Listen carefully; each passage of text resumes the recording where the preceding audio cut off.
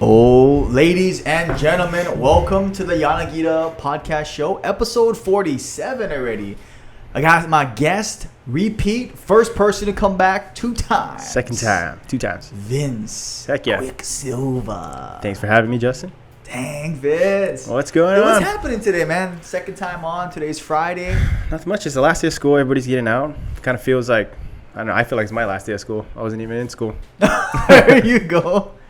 You know, people are probably wondering, like, about what you're up to nowadays. What you've been up to. If you haven't watched the first episode, check out the first episode. Vincent. Check it out. So the last time I was here, I was like starting to train people in boxing and kickboxing. The goal is eventually to train like full MMA, but I've been getting my reps in just training one-on-one personals with people, getting my reps in, breaking down like a format, like a system to like teach somebody, depending on whether they're beginner, intermediate, or advanced. Like the goal is eventually MMA, but for now I'm just starting boxing, kickboxing, because my gym, as it is kind of small. So once you start grappling, like I noticed you just go across the mat a lot quicker. I had 4 bodies, so it was 2 pairs of people rolling at the same time. And it was kind of stuffy in there. So I'm just sticking to boxing and kickboxing for now. I'm kind of addicted to like buying pads. I'm trying to find like the right mitts. And I think I just found them. I got these, I think they're Sanable like air mitts. So like pretty squishy. Oh, okay. Yeah. There you go. Soft. Sanable. Is that, where can you find that? I got it off Amazon. Honestly, it was like a cheaper mitt, but I always see this guy, Jason Pirillo. He trains Michael Bisping and Chris Cyborg. Oh, wow. And he used to train BJ too. I'm not sure if he's still training. But he also has these like big squishy pads. And I thought they looked goofy. Yeah. You know, I was like, those pads look goofy, but they're so much softer on the hands. I didn't realize, like, I started coaching because I like MMA, all the combat sports, but I started coaching to not get beat up as much because, like, as a fighter, especially when you're like sparring or like pushing your body to its limits, like every so often or day in and day out, your body's sore. But I was like, I'll coach, and then I'll be on the other end, so it won't be as bad, dude. But letting people beat you up, like, especially when I have like 5 to 7 sessions in a day, dude, my hands holding pads, like Muay Thai pads and boxing mitts, my elbow was starting to get all jacked, and then my shoulder was a little tweaked. Wow. And depending how hard or they hit or how big they are, like my body when they hit the body pads. Yeah. Your body. Dang, dude, I'm getting more beat up than when I was fighting. Oh my goodness. So you just got super busy then since the last time. Yeah, just I haven't been posting on Instagram as much recently because every time I post something, like a couple of people like reach out to train some more, but I'm like, now I gotta be more strategic with how many people I take per day and like how much times I want to train, because I can push to where I'm training like a whole day, but my body's wrecked after, and then like the later sessions kind of suffer because I'm not as into it, you know. Rise the morning. Wow. So like, what's a week look like for you now? I mean, must be different, more sessions. I've noticed that week to week, I have my regulars that come 2 to 3 times a week, and then they have like a set schedule almost, but with little tweaks of what time. Maybe they'll come in a half an hour earlier or later, and then I also have like the kind of curious ones. They just want to come check it out, so they'll come like less frequently and at random times. But scheduling, I didn't realize, like, you know, when you're like, I like doing this, I like teaching people, but then the business side where you're like, now I got to schedule and make prices and like tell certain people no, or like, I don't like saying no, but is that to like certain times? Yeah. Yes, okay. But everyone's always like, oh, so if you can't do it next week, maybe like the week after that. I'm like, I don't want to plan that far out. But yeah, I schedule for as much as I can so that my body can take, because I've been getting beat up. So but that kind of helped too, because I've been developing more like bag drills and like footwork drills and hand-eye coordination drills. You got to get in there, man. You missed the last 2 sessions. Man, I missed the last 2, man. Oh my gosh. Yeah, I got a lot of new stuff to show you for next time. That's exciting. That's exciting. You know, it's just amazing, like how busy you got so quick. Yeah. I mean, I remember when you first came on, you were just starting. And you were like, yeah, I'm just kind of like, you know, posting a little bit. Yeah. Now you're like booked to the point where like you said you're being strategic about the schedule. Trying to. That's great. Exactly. Yeah. Yeah. But last time I was like still landscaping was my other job. I was doing part-time landscaping. That's right. And then I was full-time landscaping, and that job just like you're in the sun all day, just getting roasted, you know, pulling some weeds for some rich guy. Yeah. I was like, I went part-time, and then I started part-time training, and then that picked up a little more. I was using that as like just a side gig for some extra money. But then I got to the point where I could quit my job.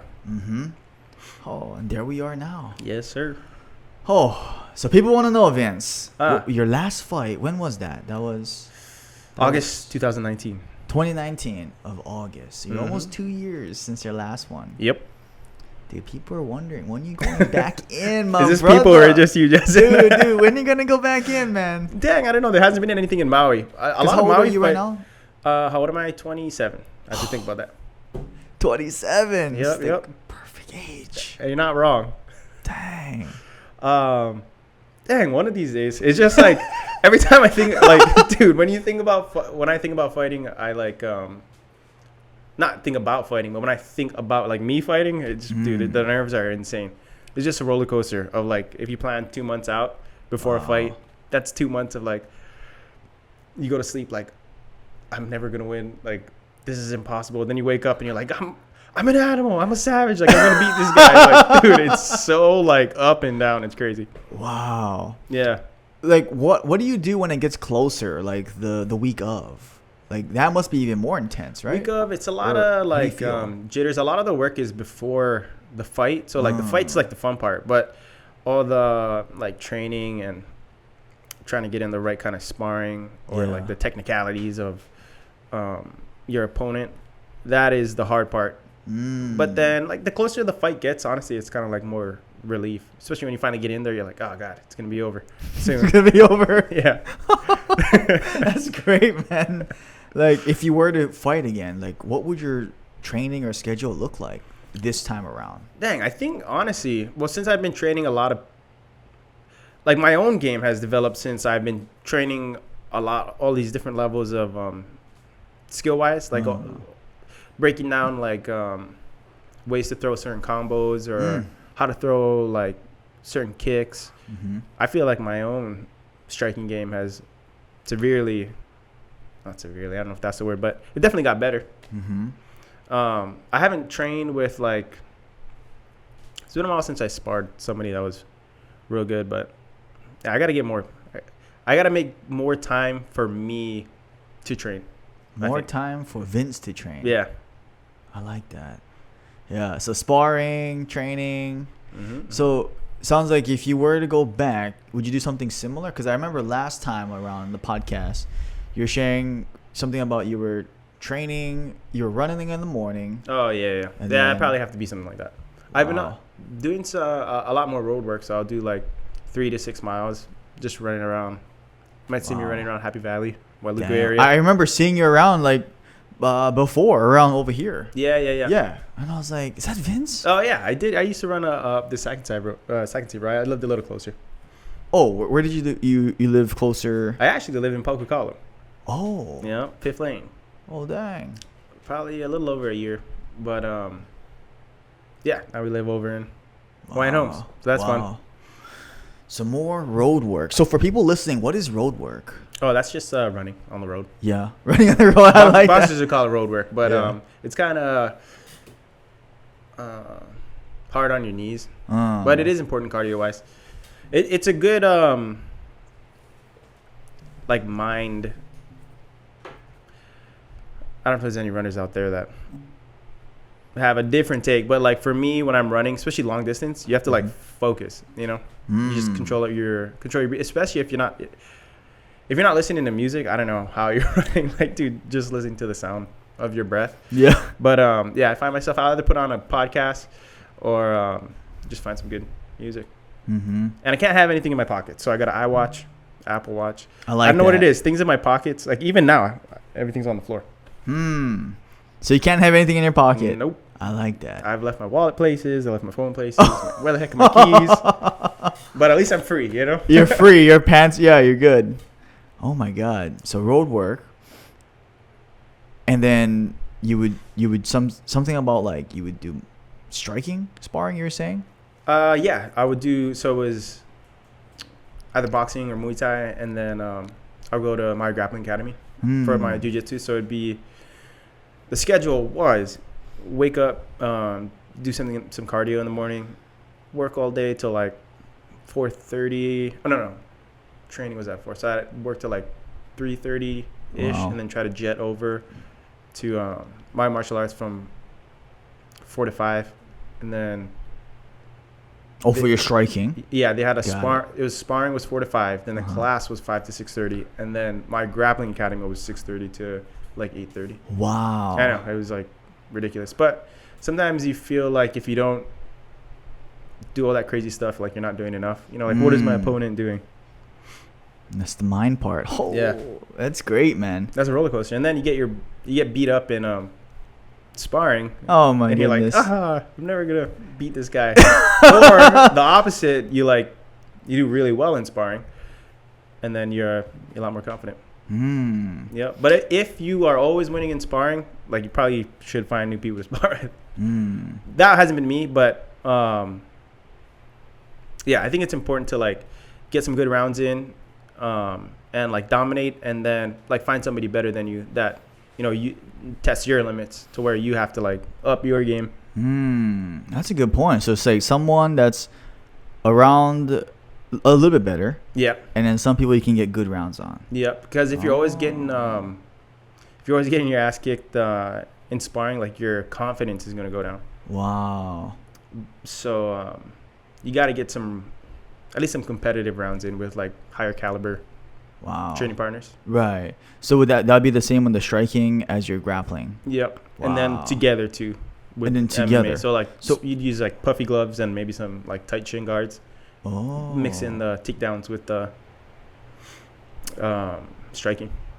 Oh wow. I forget who it was that was on the show. Was it Riley or Sean or somebody was talking about like shoot box or something like that? I think that's like Brazilian, and that was more that's from Brazil. Oh, okay. But it's like I forget if it's a style of fighting or a club that fought out there. Oh, okay. But I want to say that was like Vinson Sylva, like Shogun Hua. Oh, Anderson guys. Yeah, the Brazilians. Like Shoot the Box. Oh, Shoot the Box. Yeah. And Pride.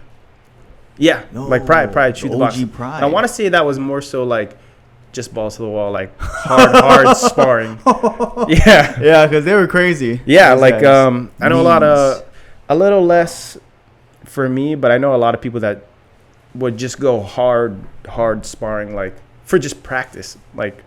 For just practice. Yeah, they would just, instead of like training, like technically, they would just be like, okay, so we're just gonna fight for an hour. Huh. And then that's your training. What do you think about that? I think you should do, if you're getting ready for a fight, one like technical spar and then one hard spar per week. Oh. So what does that look like for people listening? A technical spar? Technical spar. So that would be like more, I'm not winding up on punches. I'm just touching you for like timing, placement, like trying to time the transition between takedowns, clinching, the pummel is a little less resistance. If you're the guy fighting, then obviously you don't want to like get hurt before you fight, so it's important to be smart with the training. And then you said one technical like that, and then the other one was a little harder, so maybe you wear some headgear and like fix, or you would only do like striking. Oh, okay. You know what I mean? So less so you could wear like puffier gloves, like 14 or 16 ounces, and like some shin guards, and like wind up harder on the punches. And then once in a while, maybe throw on just the 4-ounce gloves, some puffy 4-ounce gloves, and then go hard with that. But it's like super easy to get cut or like hurt when you hard spar, obviously, because you're actually fighting. Right. Oh. So trying to find that balance between. There's so many fighters that like pull out. Who was it? I want to say. Let's nerd out on some fight history. So, Rafael dos Sanjos was supposed to fight Conor McGregor. Okay. For the 155 title after he won against Jose Aldo with that 13-second knockout. Yeah. Conor was going to go straight for the lightweight title. Who at the time, which at the time the title was being held by Rafael dos Sanjos. But like a week before the fight, Rafael was like, I forget if he was hard sparring or just training, but he like broke his ankle or foot. Foot injury. That's a week before the fight. Yeah. And that was supposed to be for the title. Now Conor's out of a shot because the champ's hurt. So he ended up fighting Nate Diaz. That's right. Instead, Nate Diaz was a last-minute replacement, and he choked Conor out. I want to say in the third round. Yeah. That was a crazy fight. Yeah. Yeah, I remember watching that. Like, what? Nate? Yeah. Yeah, but without Rafael hurting his ankle, he never would have fought Nate Diaz. Which that rematch was huge. It was two of Conor's I want to say he has 8 or 7 of the top 10 pay-per-view sales in UFC history. Yeah. The only one up there is UFC 100, which was Brock Lesnar, Frank Mir. Brock and Mir, that was a nuts one. Yeah, and it was George St. Pierre and somebody else. I can't remember, but it was UFC 100. They stacked the card they had a lot 3 more title fights, right? Yeah, they had a lot more superstars at the time too. I can't remember the third one, or if there was a third one. Wow. But without Rafael RDA not breaking his foot, you wouldn't have had that Conor. Now they can probably have a trilogy where he would fight Nate the third time, which I think is going to happen if Conor loses to Poirier. Oh, what do you think about Poirier and Conor the third time? That because that second time they fought, those calf kicks. Yeah, man. That first fight was I should have brushed up on this fight before I got here, but that first fight, Conor just steamrolled him, and Dustin was cutting weight at that fight was at 145. Even Conor sucked down. I think that's where a lot of Conor's power came from, was because he was so big. His biggest weapon at that time was his weight cut for 45, because he's been fighting at 170, 155, but he looked like Skeletor. Yeah, at 45, yeah. But he blew up so big and he had so much power and he was so much longer and rangier. The second fight, so Conor just whooped him in the first fight. The second fight, Dustin filled out his frame a lot more. Yeah, that's interesting too, because Dustin fought Max Holloway. That's right, Holloway. Yeah, but Holloway is an example of a 45er who fought at 55. But Dustin slowly, gradually built up his frame to be a big 55er. Yeah, he's a stacked 55. Because when Max fought Dustin for the interim title, Max just didn't cut as much weight, where Dustin cut weight because he's a 55 frame, which I think is where a lot of Dustin's power came from, which is why I want to see if Max does decide to go to 55, because he's just been killing it at 45.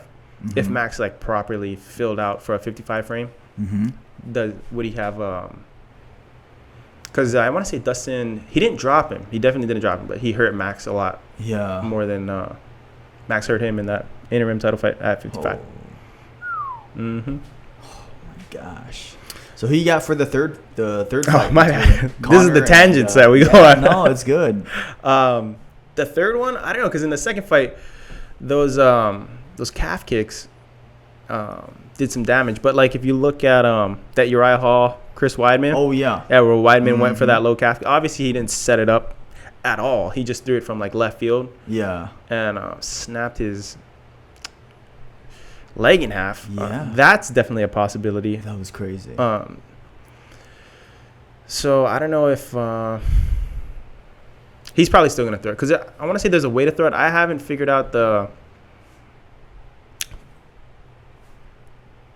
I don't know if there is a way to precisely throw or check Obviously, there is a way to precisely throw and check them, but they come at like different angles, and like the checks are always different, and the kicks are always different. If you don't turn out,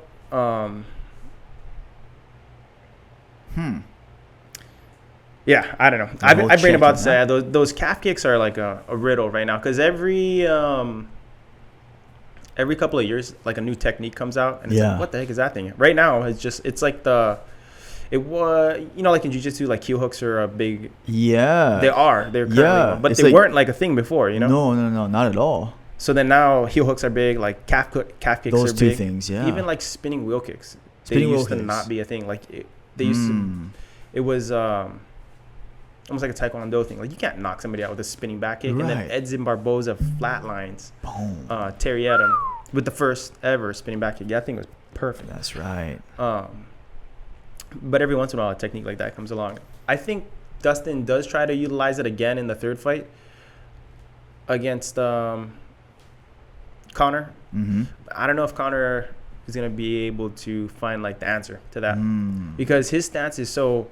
He actually had a boxing stance in the second fight, but he usually stands wider. Like if you look at his older fights, right? He's like a karate, like a stance, like sideways, darts in, in and out. But that stance against the low calf kick is not going to work well because it takes so much more time to like turn out for the check. Then the last fight, he had like a boxing, like upright, heavy on the front foot. So it's even if Conor did fight like he used to in the last fight, I'm not sure if he would have done any better. Oh, he definitely should be throwing a lot more kicks though in this next fight. Conor. Yeah. That being said, I want to say like my heart wants Conor because I like that like Conor hype train, but I'm pretty sure Dustin's just gonna do the same thing again. But like that's how a lot of the like fighters' careers end is like on a low note, Yeah. Not too many people go out on a high note. Like GSP. Dude, that guy's crazy. Which one? GSP. Yeah. I mean, like he did it. He like him and Khabib. Yeah, that's like the only two guys that I know that were like on top on the highest level. Yeah, and just walked away. That's it. Yeah, it takes a lot for somebody to give it up because like the highs are so high. Yeah, you're always like, I got one more. Oh, I could beat that guy. But for them to kind of like step away while they were at the pinnacle, that's major. Oh, it's pretty crazy. Wow. Paul Felder, I don't know if you watched the last UFC, but Paul Felder retired. But he was a little more of a journeyman. He got, I want to say, top 8 or top 5 in the lightweight division. But he retired, came out for about one more fight. He like semi-retired, came back for one more fight against Rafael Sanjos, last minute replacement, and then he retired. They had like a big thing like. Paul Felder retires because he's an announcer now, which is cool that he has like a job set up for after his career. Like a lot of people don't. When you put everything into just fighting, then say it doesn't go your way so many times. Now you got to get a day job. You got to figure out what you're gonna do. Yeah. So like not planning too far ahead, but having a plan. They're like planning to have a plan after. Fight. After that, a sport career. Which is why, like Paul Felder just transitioned straight into being a commentator. Oh, that's right. Yeah, he's on most of the. I think he started on the Contender Series. Yeah, and then that's a perfect job too for them too. Yeah, but the thing is, the slots they're filled right now. If you look at the whole broadcast team in the UFC, it's like Dominic Cruz, Daniel Cormier. Yeah, DC. It was Dan Hardy. Paul he was Felder. There. Yeah. Yeah, Dan Hardy had a weird situation where they like released him because he got into like I think he had a disagreement with like another guy that was higher up, and they just kind of let him go. But yeah, that happens. Yeah. Like Mike Goldberg, you remember him? Yeah, the old school. Yeah. What was his famous virtually saying? Identical. Yeah, they are virtually identical. And I used to have a drinking game. It was like every time he says Bud Light, here we go. You got to take a sip of beer. Oh, yeah. This fight is brought to you by Bud Light, here we go. Yeah. Dude, he used to say it so much. Yeah. Was he the guy that was like, it is all over? Or was that Rogan? It's all over. Yeah, it's all over. Oh, my goodness. Mike Goldberg. Yep. Yeah. That's old school. Now it's old school UFC. he wasn't. He actually, after he got fired, he went to Bellator, and it like wasn't the same. And then Bellator released him too. Dang, Goldie.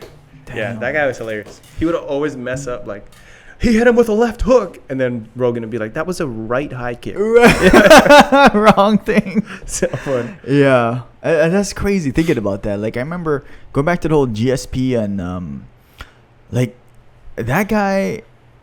He was one of the first guys we probably started watching too. Yeah. I actually one of my first fights that I could remember was BJ versus George St. Pierre too. And I was like, oh, this guy from Hawaii is fighting. I barely knew. This is like 2009, I want to say. Yeah. But it was a champion versus champion, right? UFC 94. Yeah, like BJ would have been the first guy to have two belts simultaneously. At the same time, yeah. Or maybe he didn't have the belt. Whatever it was, he was supposed to. He fought GSP, and that kind of sucked too because I watched that fight and it was like it was their second time fighting. Right. The first fight, like BJ's legs kept sliding off GSP's shoulders, so there was it's called grease gate. Like if GSP was like wiping his eyes and then like wiping it. No. Back in those days, you used to be able to take Vaseline into the corner.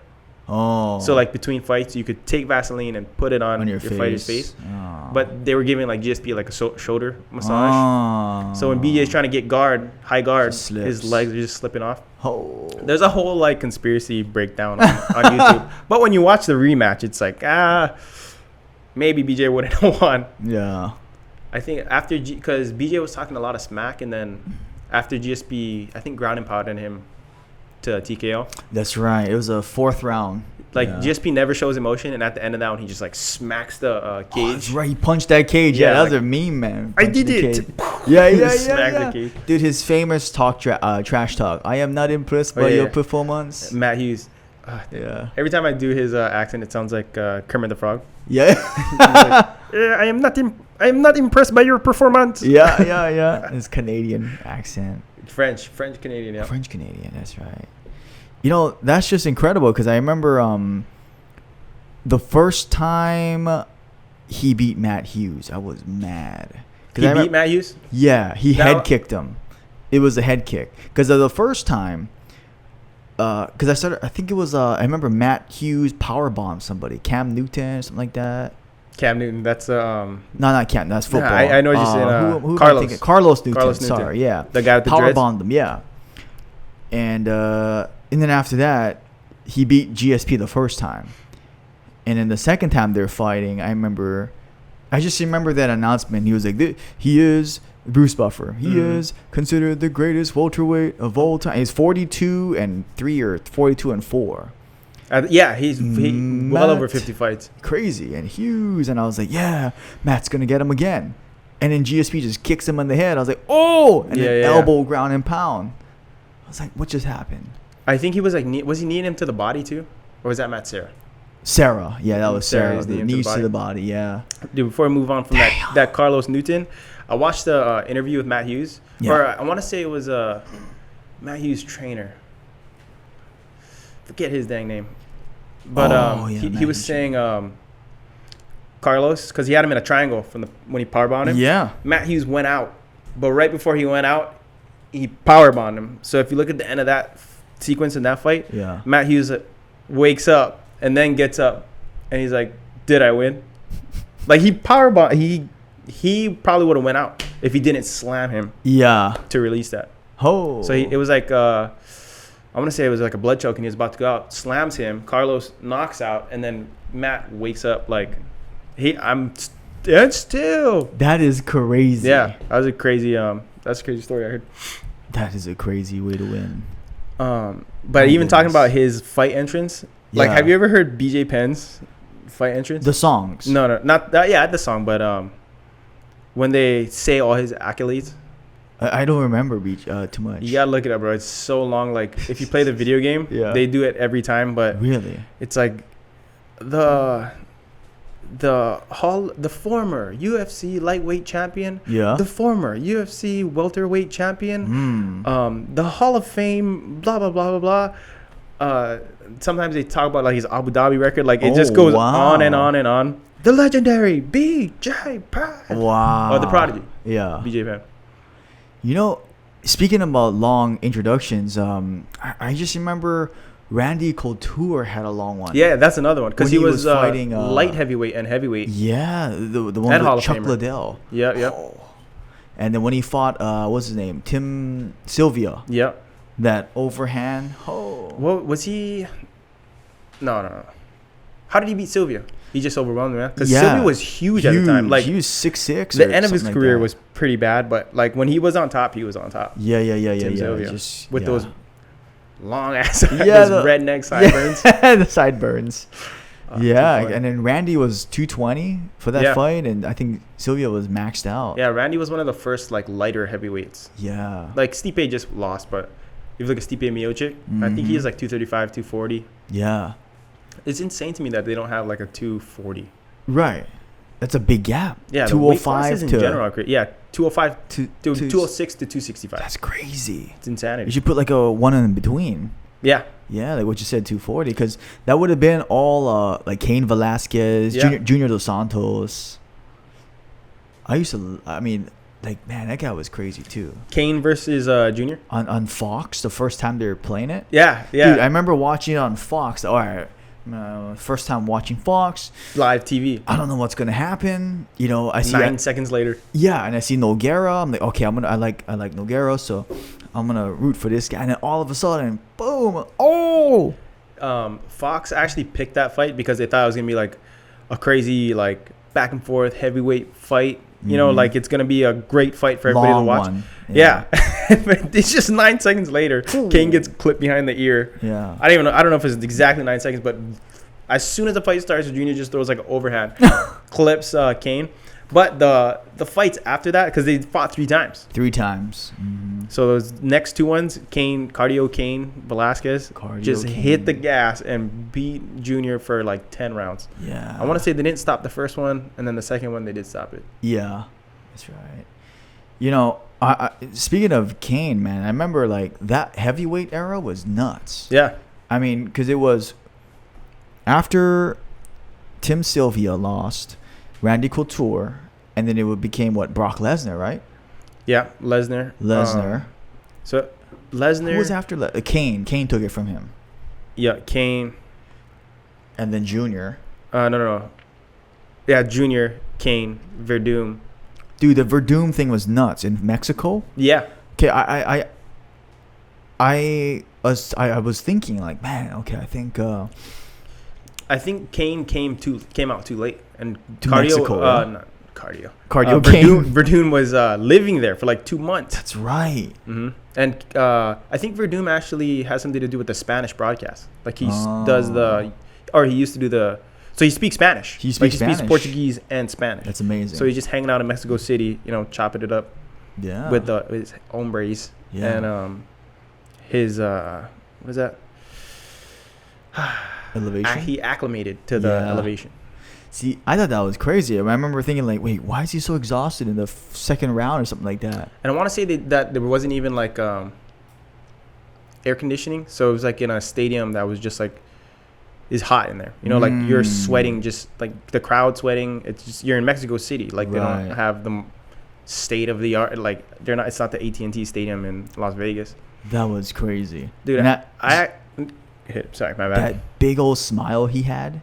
Yeah. On the guillotine, as soon as he shot in, he knew, he was like, that smile. I was like, oh wow, he submitted Kane, he submitted Fedor. Yeah, that I thought 2 was of the greatest heavyweights of all time. Verdum got him. So then Verdum's up there now too. Yeah, insanity, incredible. Like that's a crazy resume. That is, and he got Mark Hunt too. Dude, the Mark Hunt knee, right? No, he hit him with the knee and then finished him with ground and pound. But That's at the time, it was the most strikes in the heavyweight ever landed on another. I think it was like 400 times he got punched in the face. Yeah.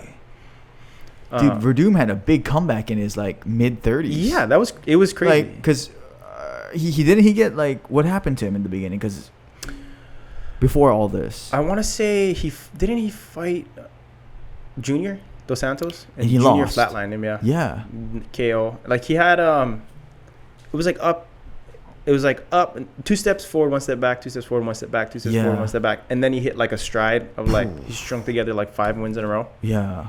and then he ran into Stipe Miocic. Oh yeah. And then it's his era. Yeah, then Stipe got it. Now we're in the Ngannou era. And they're gonna rematch for the third time. That's crazy.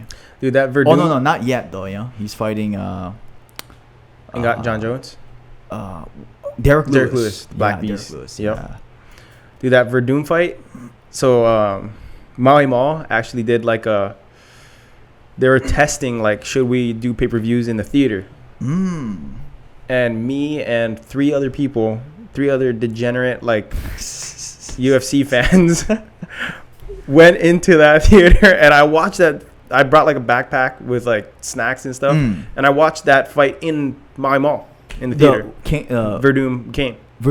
Yeah, I watched the whole main card. Wow. In the freaking theater, in the AC, I was kicking it. I was like, they should do this all the time. That was like the one and only time they ever did it, because it like. Nobody came. Yeah, I was like, did nobody else get the memo here? Like, dang, this place should be packed. You got the theater to yourself. Yeah, it was sick. Gosh. Wow. You know, speaking about the whole shoot boxing again, I remember it was his coach at the time was Rafael. What's his name? Cordero From. Oh no, King's MMA. That's King's what it is. MMA. I was gonna say Andre. I was gonna say Nova Union, but that's Andre Pederners. That's crazy. Yeah, and that's probably where his striking. Cordero, yeah, King's MMA. You're talking about Verdun. Yeah, who was Vanderlei Silva, Shogun Hua, Anderson's coach. Yeah, because I remember thinking his striking got a lot better. Yep. It was actually his striking with Kane, right? initially, that forced him to like shoot. Yeah, I think so. Just like, whoa, what is going on? That's the panic double right there, baby. Panic double. It did it. Cain Velasquez. Yeah, against a world champ like that. Oh. Yeah, and you're out of gas already. Like, yeah, Cain was gassing. It was like Cain doesn't ever run out of cardio. That was weird. And then what happened to Cain after that?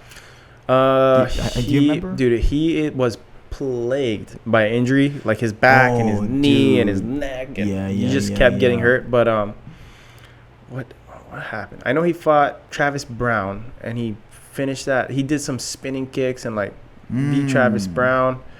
Then he fought Derek Lewis, and I don't know what. Derek Lewis's like pinky hit his temple, and Cain went out. Like Cain shot, and it was like a weird uppercut, like an Ngannou like flailing uppercut. It hit Cain, and Cain went out. It looked like his knee blew out.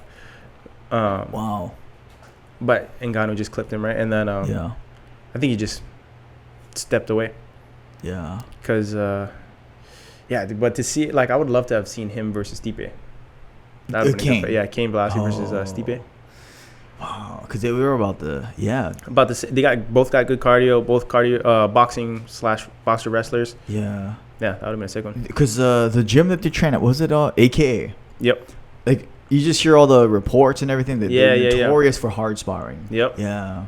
I think like John Fitch, Josh Koscheck, Josh Thompson. Who else? Like Cain, Khabib, DC, Luke. Dude, when Luke Rockhold, Daniel Cormier, and I don't think they almost held it at the same time, but they had the middleweight, the light heavyweight, and the heavyweight champion all from the same gym. That's right. Almost at the same time. That's crazy. It's insanity. Just from one gym. Yeah. That's crazy. Oh. You know, and it's crazy too because a lot of them are wrestling based. Yeah. Yeah. That I think Cormier runs a lot of the wrestling. Yeah. But except for Luke. Luke's like a striker. Right. I was just watching him do this crazy question mark kick today. My gosh. Yeah. You know, it's just crazy because like John Jones is still on top technically. Too, yeah. Right? I mean, isn't his only loss that DQ to Matt Hamill? Yeah. And that wasn't even that bad. I think they were trying to get that like rescinded or like lifted to where he's undefeated. Oh, overturned. Like overturned by the commission, so that John could be undefeated. Because John's biggest opponent is just John Jones. Right. Yeah. Dude, he's just trouble outside. Yeah, just hitting pregnant ladies and running with doing cocaine and crazy stuff. But he's like the greatest of all time. I think he's got his stuff together though, because I haven't heard any news lately. But was the craziness what made him so good? Because when he's dropping Machida with that guillotine, man, and like flying kneeing Shogun, you know, Yeah, he destroyed the light heavyweights. Dude, when he ran through Shogun, Rampage, and Lyoto, I was like, this kid's 24 years old. And no one's stopping him. Like, what the heck? Oh, and Rashad. Rashad he just decisioned him. But, like, at the time, Rampage, or it's kind of Chuck, Rampage, Lyoto, Rashad. We're all bouncing back for the title. They were like Forrest was up there, Shogun. They were all just like going back and forth. Yeah, because I remember that time Machida was champ, and then Rashad, and then right before that was Forrest. Yep. And then even Shogun beat Machida. And then Machida beat Shogun. That's right. Yeah, and that controversial fight. Yep. Yeah. And then Shogun beat him. That thing was bouncing back and forth, and then John Jones was just like, "Yeah, this is mine." No problem. Yeah, it's crazy. Like the way he made Shogun look. I was like, dude, this is he opened crazy. Up with a flying knee. With a flying knee. To Shogun. Are you ready? Are you ready? Flying knee almost hits. Crazy guy. Yeah. Which crazy to see him fight if he fights Ngannou.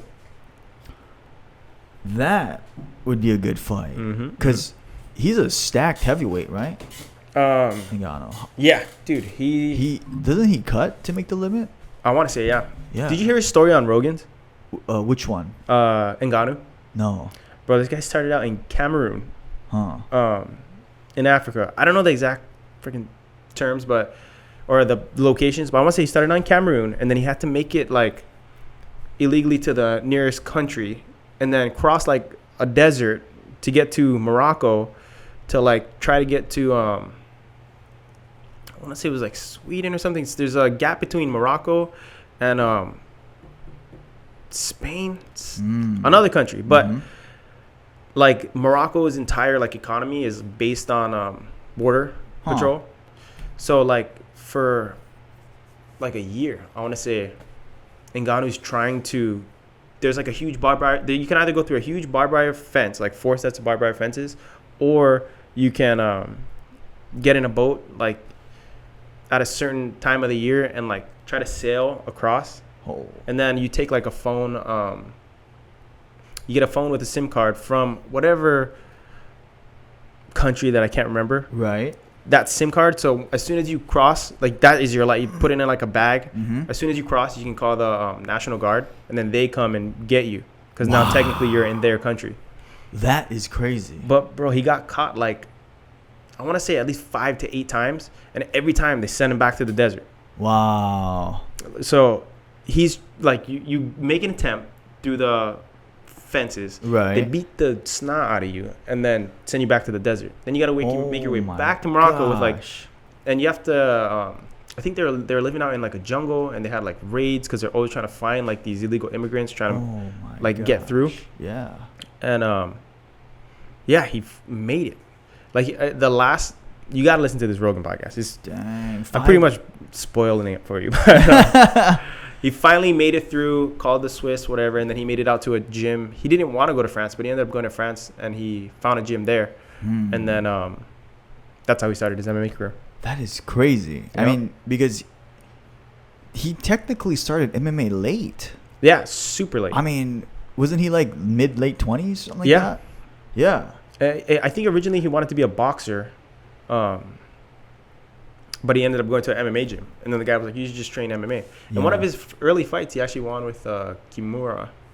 It's pretty crazy. Yeah. Yeah. Wow. That's inspiring, man. I mean, you just think about that. Like, that's I can't even imagine to escape into another country like multiple times. When he won against Stipe, when he took the belt back to Africa, it was huge. Like, all Africa was raging. Oh, my Even the fight, there's like there's a shot of like this large gathering in Africa of when he knocked out Stipe, and it's just like, bah! And now Africa has 3 champs. That's right. There's 3 African-born champions: Israel, Kamaru, and Ngannou. Yeah, 3. Yeah. Oh my goodness. Wow. Like that's just incredible. And then like the other story of you know, I remember watching the UFC countdowns, or I don't. It's not countdowns anymore. Yeah, something. Yeah, else. I think it is countdown. It is. Okay. There's a UFC embedded, but there's still also UFC countdowns. Okay. Yeah. No, I remember the original countdowns, and when they would share GSP's story of like being a garbage truck driver and then catching a bus down to Henzo's to train at Danaher. Yeah. Even when BJ fought Matt Hughes, they did it was like BJ training on the beach and then Matt Hughes like running in the snow. It was like a contrasting crazy. Yeah. Some of those a lot of times it's repetitive, like the same thing over and over. But some of them you're like, oh, this fight's gonna be, this fight's gonna be a good one. Like the one with Anderson, like some of his backstory about growing up in the. That's why who just won the Charles the Bronx in the favela. I think he still lives there. The hood. Yeah, that's amazing. It's insane. Like that's another good story. He was even I think I saw earlier interview of him. He's like, oh, this is my room. I bought all this with my fight money, but it looks like the ghetto house, with a twin bed on the floor, with like a shelf that has like his clothes on it. Crazy. So, dude, that's why it's like a little soap opera every fighter, when you keep up with their records. Yeah. There's like a story behind every. That's why it's so easy for me to get like sidetracked. Because once I start talking about one fighter, I'm like, oh, but he fought that guy. And the thing about that guy is blah, blah, blah, blah, blah, blah, blah. And it just keeps going. Yeah. You have a good story. Like, you could almost take any fighter and link them to another fighter somehow. Because when people start going, like, BJ Penn fought Lyoto Machida. That's insane. That was crazy. It was in Japan, right? Yeah, at 205. That's crazy. I want to say maybe Japan. Yeah, BJ's just all ballooned up. Yeah. Like 195 pounds, something. Yeah. That's crazy. Wow. Yeah, he has a lot of courage, though. Just jump in with whoever. Yep. Yeah. But that's one, too, that, like, probably should have stopped fighting a while ago. Yeah. But he's still got it in him, I guess. Like, he wants to fight. Even now? Probably. Wow. I don't know. I don't know if just always wants to go. Yeah, but I want to. When BJ was 16-8, I was like, "Dang, BJ, you're losing it." Because like when your losses are like half of your wins, it's like going through a little bit of a rough patch. But now he's almost like 16-16. I'm like, BJ, go on, dude, give it up. You know who the light heavyweight champ, Jan, what's his name? Yeah, Blachowicz. Like that guy. I remember I was thinking he's gonna get cut against cut from the UFC from losing so much. I think he started off 0-2 or 2-2, something like that. Yeah, he lost 2 out of his first 4 fights in the UFC, and then all of a sudden, little resurgence. John Jones takes a hiatus, and then now he beats Dominic Reyes for the 205. That's right, and then he beat Izzy, right? Yeah, dang. That was interesting too, because I don't know what. I watched that fight and I still don't understand like why didn't Izzy like pressure him a little more? Yeah. And why didn't Jan like shoot for the takedown more? I don't know. That was a weird fight. Yeah. I still bought it. What do you think it was though? Is it like a respect thing or pressure? I don't know. I'm not sure if Jan tagged him a hard one and then Izzy felt his power. Then maybe he was a little more. But I'm not sure if Jan didn't want to engage because Izzy's so slick off his back foot. So it was a lot of like feinting and jabs in that fight. Which I can appreciate, but there's nothing like. I think last time we were saying, like when there's that big like difference in skill, then you get like crazier finishes, But when people are more competitive, it's like sometimes they just null each other out. That makes me think about Anderson versus not only Rich Franklin but also Forrest Griffin. Yeah, dude. When those like Matrix, Dude, it's that crazy. Anderson era of like 2006 or something like that to 13.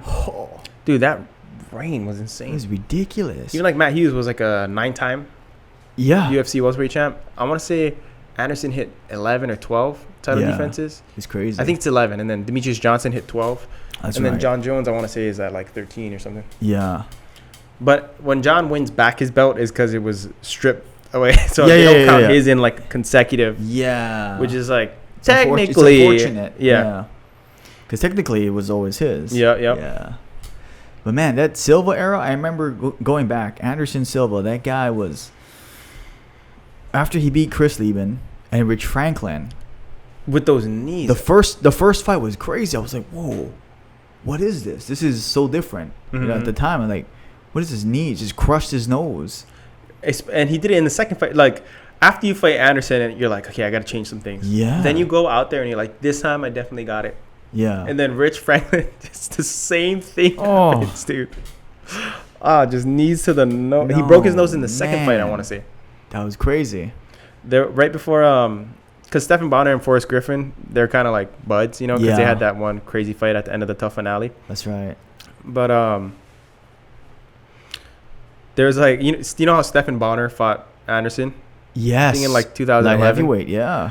Okay, so there's a clip of, it was just like a funny spoof that the UFC did, and they're like, it's Forrest talking to Stephen, and he's like, or Stephen talking to Forrest, and Stephen goes, oh, so should I, he's asking him advice. He's like, how could I beat him?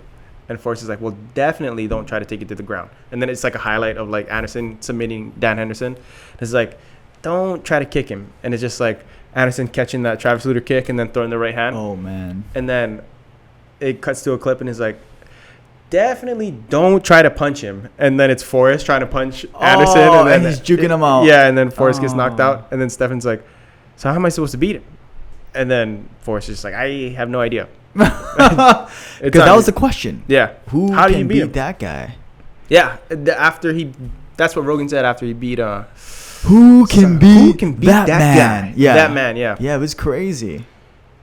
And he didn't even look like crazy. Like skill. You don't even think he's like, you know how everyone always thinks that it's like a bodybuilder type character, like oh that like guy a Sean Shirk. Yeah. Little muscle bound, like jacked, Which Sean Shirk could fight, but like the great, like even Charles Oliveira. Yeah. He did like he's Izzy too. Yeah, Izzy. Yeah. They just look like normal people. That's why you never know who knows how to fight. That's right. Yeah. Exactly. All these like nerd assassins, dude, like jiu-jitsu people. Oh yeah. I've been tied in knots by some of the most unassuming. I'm just like, what the heck? This kid, Ryder, he used to train at MGA. Hirata. Yeah. I think I just saw something where he won like a tournament. But of course he won a tournament. Dude, that kid was like 11 years old, maybe younger. Yeah. Not like I could power out of things, but he would catch me in slick like moves, and I was like, what just happened? I was like, he almost had that one. But like he did have that one. Oh. Yeah, that kid was slick. Dang. Yeah, that's the nicest tough guys. Yeah. Yeah, it's crazy. The most nicest tough guys. I don't want to fight with anybody. Dude, that's the crazy thing. It's like the loudest guy in the room. What is it? The quietest guy in the room. There's some quote. It's like the quiet guy in the room probably knows how to fight the most. What is it? Yeah. And you can probably just tell when you look at someone, yeah. Oh, they're able to make eye contact and they're not freaked out. You know, like some people, like, like they'll freak out. Yeah. Or they'll be really loud. Yeah. Yeah, like too loud. I'm trying to think of the Bruce Lee quote. If I'm bad at fighting, I'll tell you I am no good. Oh no, what is it? I'm gonna mess it up. He's basically saying that if you're telling somebody that you're something, then they're probably not good. I found it. If I tell you I'm good, you would probably think I'm boasting. If I tell you I'm no good, you know I'm lying. I like that. Yeah. That's true. That's it. Yeah. Sorry. Little lull for that. No, I like that. But that's so true. Yeah. Yeah. That's kind of scary, actually, too. Yeah. Like, you see some good guy, like, like, if somebody's saying, like, oh, dude, I can fight. Dude, I'm a good fighter. That's a red flag already. You want to fight me, bro? Fight me right now. You remember the Affliction era? Yeah. Yeah, Affliction Oh, dude, shirts? those shirts. The Just Bleed guy. Yeah. Oh. With the mohawk. Yeah, exactly. Oh, too funny. Oh, man. Versus, like, the quiet guys. Yeah. It's crazy. Like you're a quiet guy that's like sometimes that could beat most people up. That's actually pretty terrifying. Like well, you can tie some people in knots. Oh my goodness. Yeah, man, that's pretty awesome. It's like a superpower. It's like a secret. Yeah. It's like the guy is super nice, super kind, humble guy, just unassuming. It's like, oh yeah, how are you doing? and then you see like the other side, like, whoa. Yeah, we talked about this before, where like you're talking to somebody like, oh, I train this and that, and he's like, oh, dude, I don't need to train. When I get mad, I just see red, bro, and I just go. Yeah. Oh, do ya? That's the worst, man. That's Do you just go? Yeah. Especially in bless their souls too, but I remember back training jiu-jitsu, it'd be brand new guys. Oh, you know, I've done some wrestling on the streets. Yeah. And I remember my grappling academy, shout out Coach Keith, he'd be like, oh, really? Street? You've been, on the streets? Okay. Street jitsu. Yeah. Just come on, just go on the mats, we'll warm up and, the usual. And then I was still in high school. And I was like, huh? And they usually be a kind of a big guy, right? Yeah, and I was like smaller. And they were just like, what the heck's going on? And then they would go at Ryder because he was smaller back then. He was in high school as well too. Yep. Orange belt days. Yeah, I remember he was in the adults class with color belt. Yeah. With a weird color belt. Yeah. Like, who the heck is this kid? Because it was him, Kian, and oh yeah. And what's the other girl's name? She's graduated. Mackenzie. What's his name's daughter? Jun. Yeah, Jun. Yeah. So yeah, they were all like orange belts. And I remember Ryder would just tie people up too. Like, whoa, yeah, this little kid just like triangled me. Like, what just happened? Yeah. That's crazy. It's the craziest thing. Long, lanky legs, not jacked. Just imagine somebody trying to like bully one of those three kids at school. Like just good luck. I don't want to bully them. Oh my goodness. I think the bullies would just be scared trying to bully someone like Kian or any of those three. Like, yep. They're just gonna be like, yeah, he can say whatever. Kian did wrestling and judo too, so he's like even crazier. Yeah. Oh. Now he has no trouble getting you to the ground, and he can submit keep you down at will. Yeah. Yeah, take you down, keep you down. Oh my goodness. Dude, Kian actually, I was one of the guys that came in like I don't know much, but he had me in a. I was just started, and he was like, I think he just started high school, but it was one of like my first classes, and he got me in a mounted triangle armbar. Wow. Like this. But he's like started like kind of go arm and then like go triangle. But I was like, oh, I can get out of this. Yeah. And then when I woke up, they were just like, are you okay? Are you okay? Oh my goodness. But I was like, what did I do? Like I didn't even think I was going out. It just happened so quick, Yeah. I just like I went out. Just passed out. Yeah. And I came up back like a fuzzy TV, and I was like, oh my gosh, just looking at these like fluorescent lights. And people around you. Yeah. Yeah. Are you okay? Are you okay? Oh my Are you okay? Yeah. Vin. Carrying your legs, huh? Yeah, and I wasn't Pushing even trying to be tough guy. Like, No. I can get out of this. I was just like, I don't even know if I'm in. Yeah. Oh, and that's the good thing about jiu-jitsu. It doesn't hurt after. Yeah. You just wake up. The and it's gentle like, art. Yeah. But my gentle neck's art. always stiff, Yeah. The next day. Whoa. Yeah. What is this weird feeling? Just like merging on the highway. Yeah. Like, I can't turn my neck. Yeah. Exactly. You get triangled, guillotine. Oh, yeah. Oh my goodness. Those, the worst is the cranks where you're like, this is like I'm not in danger of like going to sleep right now. But the next 2 weeks are gonna suck. It just cranked, yeah. Like you got me. And that's the smart thing, right? I mean, it's just like, especially if it's just training. It's like, yeah. I heard that Demian Maia, like Demian when he Maia. trains, like he rose to such high level black belts, they just tap so quickly. Because whenever they're in bad positions, they just tap. Or like whenever they're about to get into it, like not even the submission is like locked on, they'll just tap, reset. Just restart the position. Wow. Yeah. Wow. That's another level of like being humble. Yeah. Oh man. Oh, you got me. Like Again. like when like arm bar's about to. Oh. Okay. Yeah. Again. Yeah. All right. Let's do it again. That's great. Gordon Ryan just like retired, kind of. He retired. Yeah, like he's not Wait, fighting. what? He had like He's too young. Bro, he had like What happened? major gastrointestinal issues. So like he can only eat like certain foods, and like his stomach's always sore, and he like has trouble like lifting and stuff, and like exerting energy. So like even when he goes out to when he goes to train, like he has to like take breaks. Yeah. But he's been competing like that. But he's been saying now it's like so bad that he doesn't even think he can do it. Which I think he was supposed to fight Shinya Aoki. Dude. Which I was the watching. Baka Survivor. I was watching Shinya's recent highlights because he kind of faded away, and I was like, what happened to that guy? He came back. Dude, he just strung together like 5 in a row, all like pretty much all subs, like 4 submissions in a row. I was just watching his highlight on one, and I was like, this is insane. Shinya's still doing the damn thing. Yeah, I mean, it's just great. It's crazy how MMA is blowing up in Asia. Yeah, right. Because there's One FC. And One FC and then Ryzen, which is basically Pride. Dude, I want to say One is bigger than the UFC in Asia. Oh, for sure. Does that make sense? For sure, right? For sure, yeah. You tell me. Yeah, no, for sure. Overall in Asia, it's bigger. And then Ryzen is bigger in Japan because they have the biggest TV network like Pride and K1. Because it's the Pride CEO just rebranded it to Ryzen. Nobuyuki, whatever his name is. Yeah, so it's the Pride CEO, and that's why it's called Son of Pride. Ryzen. Right. Ryzen. They have the theme music too, right? Yeah, it's very similar. And that's why it's the same ring setup, nice and white, pure, just like Pride.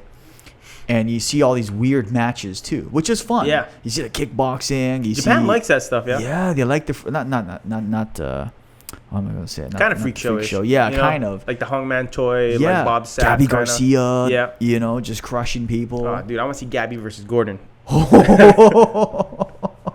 Dude, that would be crazy. I would still put money on Gordon. I'll put money on Gabby, dude. She's ferocious. Dude, she's so MMA would be Gabby. Yeah. Yeah, I could see. I'm pretty sure Gordon just wins both of them. But she has nobody to compete with. No, nobody. She's huge. She's like Cyborg for just jiu-jitsu. There's no women heavyweight to compete with her. Yeah. If they are, they're like not jacked. No, big. not like her. Yeah. And definitely not as skilled as her. Like multiple time.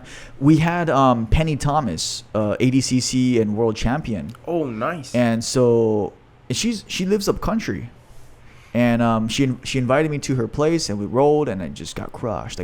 Like instantly, like 30 seconds submission back to back. And I'm just like, what is this? And she's like, yeah, just go all out. I'm like, all right. Boom. Inverted triangle. Boom. I'm like, ah.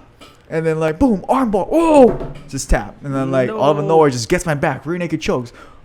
And I'm like, she's like, yeah, I'm not even at my peak, anymore. I'm like, imagine, because this was 2010 years ago. She was ADCC champ.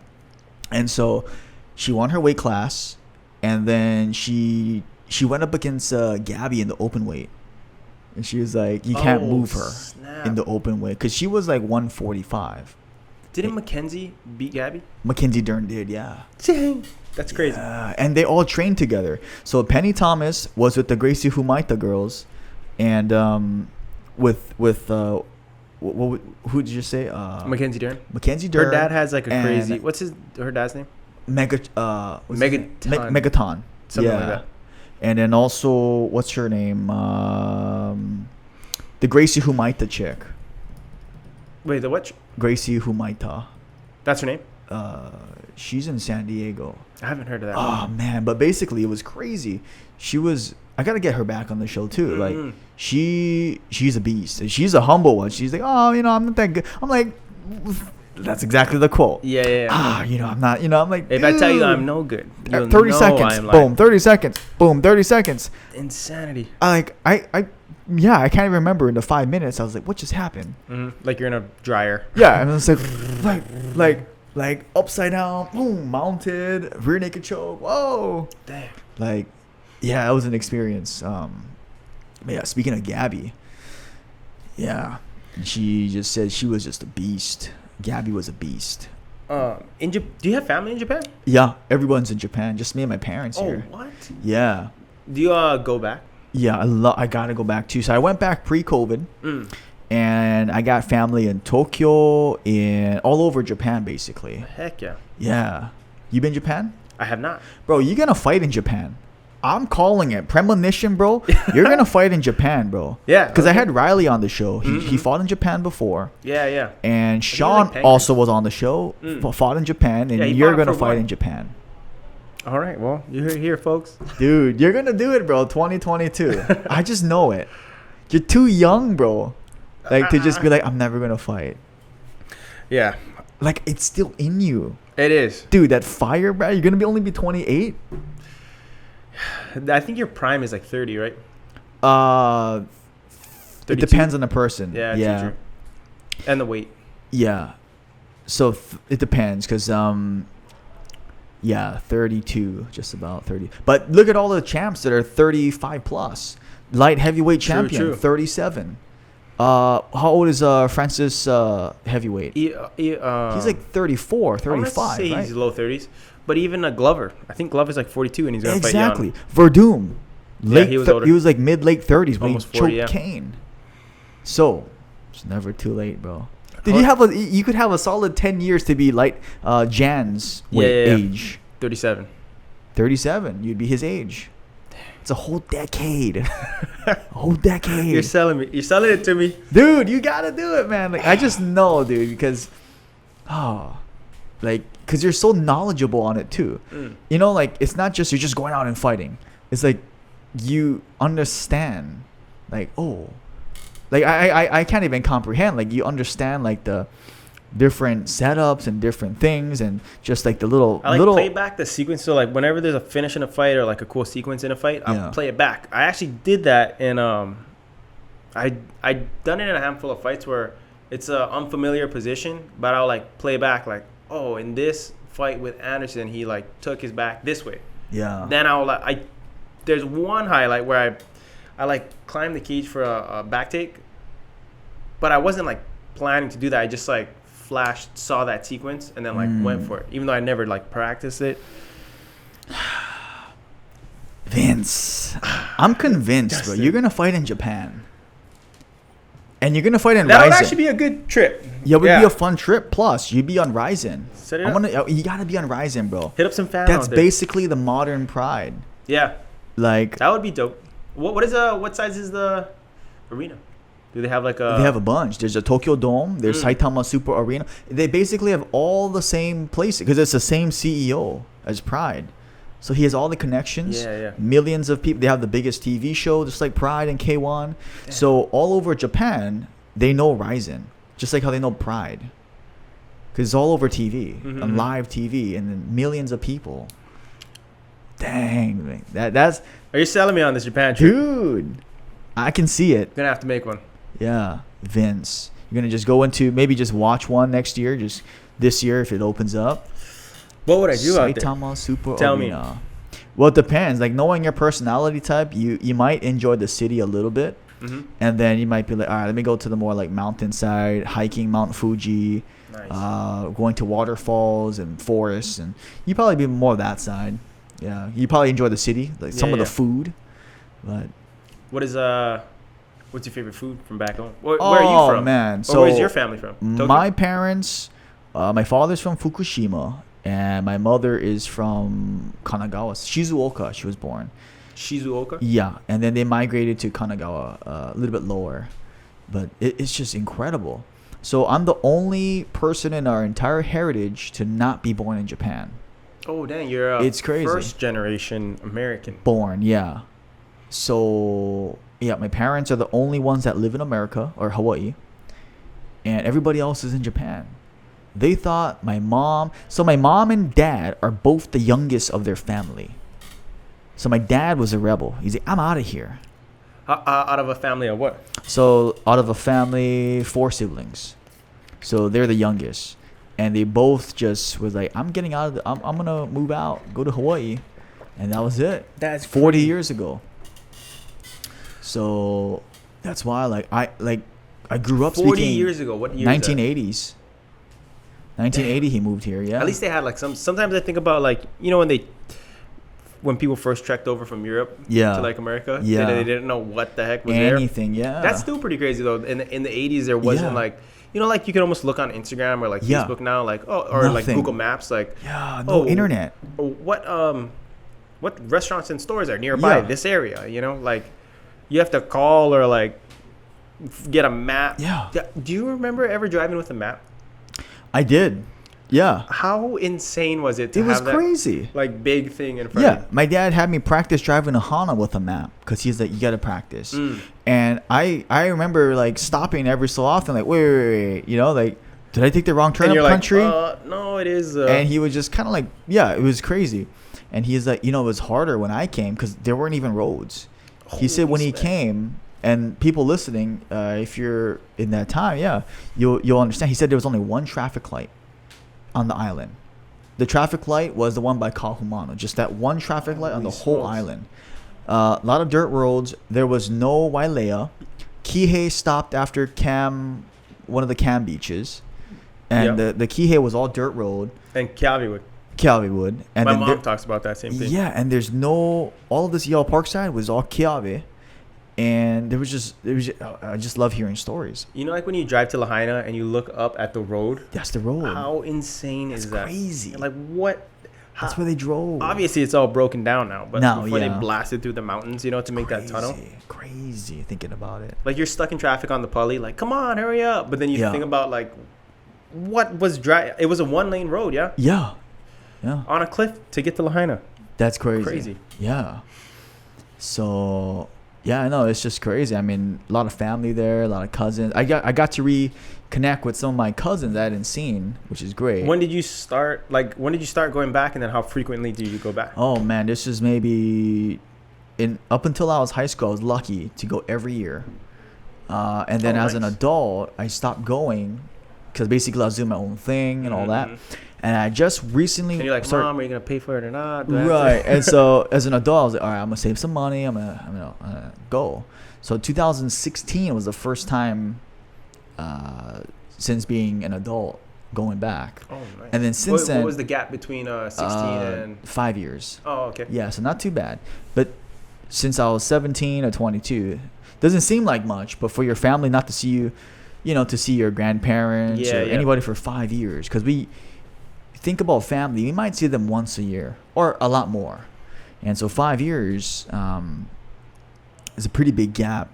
And so when I went back, it was great because I got to see my grandfather right before he passed away. Nice. And so it was like a really good moment. He already had dementia, all that, but he remembered, and we just had a great moment. We're like just freaking crying together. And that's awesome, dude. And I still remember, he was like, Shinichi, Yanagida, Maui, oh my, and he remembered, he just looked at me, he just started crying, and me and my dad were just like, my goodness.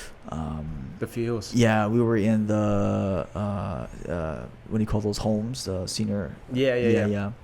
And then he passed away a couple months later. So I was really glad I got to see him. Really glad I got to see my grandma's grave. And then the other side family, I could see the grandparents on the other side. And a bunch of the cousins that I hadn't seen since I was a kid. Are they around your age or older or younger? So because my parents are both the youngest, they're all in their 30s and early 40s. Okay. 30s and 40s. So I was always like the youngest. All my cousins are my parents waited until they were older to have me, but all my cousins are like 10, 15 years older than me. Yeah, same thing, about 10, 15 years. And so, but now, when you're like 20, 25. Honestly, I want to know more about Japan. Yeah. You're saying your cousins got a bunch of cousins, all over Japan, the Yanagida side, the Nara family, and it's just amazing because we were able to find back the what they call kamon, which is the family crest. You ever seen like those symbols? Yeah. Basically, we were able to find ours, and it goes back into samurai age 1200, the year 1200, and it was the Katabami clan, and they invented a style of original jujitsu. Ooh, Katabami jujitsu. Isn't that crazy? That is insane. 900 years ago, they created the first art of the gentle art. One of the many scriptures. The Brazilians took it from Japanese jiu-jitsu, yeah? Yes. So there was a bunch of other forms of jiu-jitsu. It was like Katabami jiu-jitsu, Shinryu jiu-jitsu, and then Kano-ryu jiu-jitsu. Basically, everybody had their own jiu-jitsu style. It was their name and jiu-jitsu. That's why Gracie jiu-jitsu. Yeah. So basically, before the Gracies, and everybody can correct me if I'm wrong, but from what I know, is they got it basically from Mitsuyo Maeda's student. I heard that name, yeah. Yeah, so Maeda Jiu-Jitsu. And he is a black belt in judo under Kano, But the reason why he came overseas in Brazil and named it jiu-jitsu was he took out, he implemented some of the banned techniques from judo, like the foot locks and some of the submissions that weren't legal in judo, because he was doing prize fighting. And when he was doing prize fighting, there's no holds barred. You want to use all the submissions. Yeah, it's crazy that there would be like something that's, you can't use that because that's like why couldn't you be able to use anything? Right. Did you hear that her quote? It's like, why would you ignore 50% of the human body? Yeah. And leg locks? I remember that. And that was actually Dean Lister. Yeah. So the reason they modified judo was initially jiu-jitsu was associated with samurai and associated with being a bandit. You were a thug because you know how to fight, especially that era, the Meiji era. Yeah, so you know how to handle people. Wait, samurai are like nobles, yeah? Basically at that time, yep. And then so they have status. So they were status, yeah. But you couldn't. Not everyone could be a samurai. No, you had to have a master. Have lineage. Yeah, you have to have a master, and when you had no master, you became what they called a ronin, which is a wandering samurai, like the legendary Musashi. Yep. And so we can go a whole rabbit hole on that. But I love history. I was going to be a history teacher. And so in the Meiji era, I believe it was 1868, when the government got overthrown, Jigoro Kano was a frail young boy. And he was like a small guy, real small guy. And he was learning different styles of fighting. He went to like multiple different jiu-jitsu schools. Jigoro Kano? The founder of judo. I feel like I need a piece of paper. I gotta write these names down. Yeah, so he's the founder of judo, and basically he created all of the original judokas because he's founder of judo. And long story short, he basically was the teacher of Mitsuyo Maeda and Masahiko Kimura, who beat Helio Gracie and named it the Kimura. Not the Kimura. Yeah. Oh, he beat him with the Kimura? Yeah, that's why he named the Kimura. No way. Because this is called something else, like Sankakujime, the Japanese name. And Katagurume, they named it Kimura after Masahiko Kimura because he broke Helio's arm in Rio de Janeiro. Helio Gracie. No way. Yeah, so you look back. Wait, in the early what? This is probably 1950s or 60s. So he's probably like 20 then, Helio? Yeah, I'm not sure how. Probably 30s. Because every time I think of him, I just think of like an old guy. Sorry. Yeah. You always think of that picture on like the top of the wall. Right. Where he's like a red belt, like 80 years old. Yeah, exactly. 80-year-old red Trying belt. to think of him as like a young man, probably like 40, 50 years younger than that. And so, Masahiko Kimura broke his arm with a Kimura. Well, and then that's why they named it Kimura. Yeah, that is. And, but basically, going back, that's where that whole distinction of it, in Japan, they say it's weird to add a nationality to a sport. It's like saying, Brazilian karate or Canadian karate. Brazilian jiu-jitsu. And everybody has a unique style, right? Just like how, what's the different boxing styles, like American style boxing. Yeah. But you don't really say like American boxing. You just say boxing. Yeah. Or like the Dutch. Was it the Dutch that have a lot of light touches? What country was that? I want to say that's the Thais. There's a lot of like Dutch. There's Dutch kickboxing. There's a different style of fighting where it's like more pressure or like counter or I see. There's a bunch of different styles. Yep. And so that's why they were saying it'd be weird if they call it Japanese judo. Yeah. Or like, but the reason why they used that, it was to differentiate, because they weren't allowed to use Gracie Jiu-Jitsu. Because Horion Gracie trademarked it. The eldest son of Helio Gracie trademarked Gracie Jiu-Jitsu? Gracie Jiu-Jitsu. Oh. So that's why when they came to America, they wanted to say this isn't the Japanese style. This is Brazilian Jiu-Jitsu. And so that's how that started. It's crazy how those things kind of snowball too. Yeah, so it wasn't like any bad intent. Because in Brazil, my professor, or Professor Homolo, they just call it Jiu-Jitsu. Right? Nobody in Brazil calls it Brazilian Jiu-Jitsu. It's just Jiu-Jitsu. That makes sense. Yeah, and it's cool when they say it, Jiu-Jitsu. Jiu-Jitsu. Yeah, Jiu-Jitsu, yeah.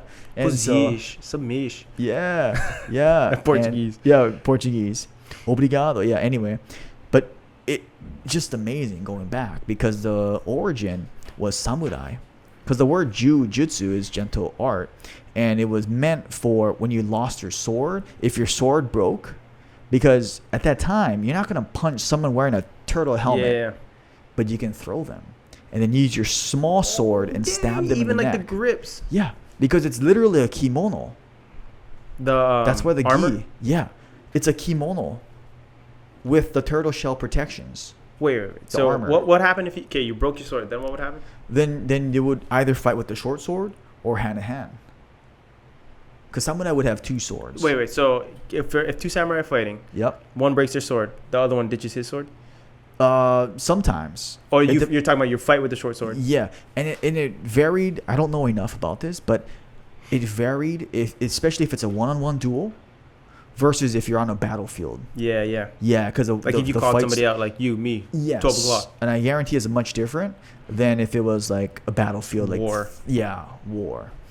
And so, but that's where the origin comes from, because the theory was everyone's wearing a kimono. Dude, that's where the judo gi. You're making so much sense right now. The gi, the dogi. Yeah.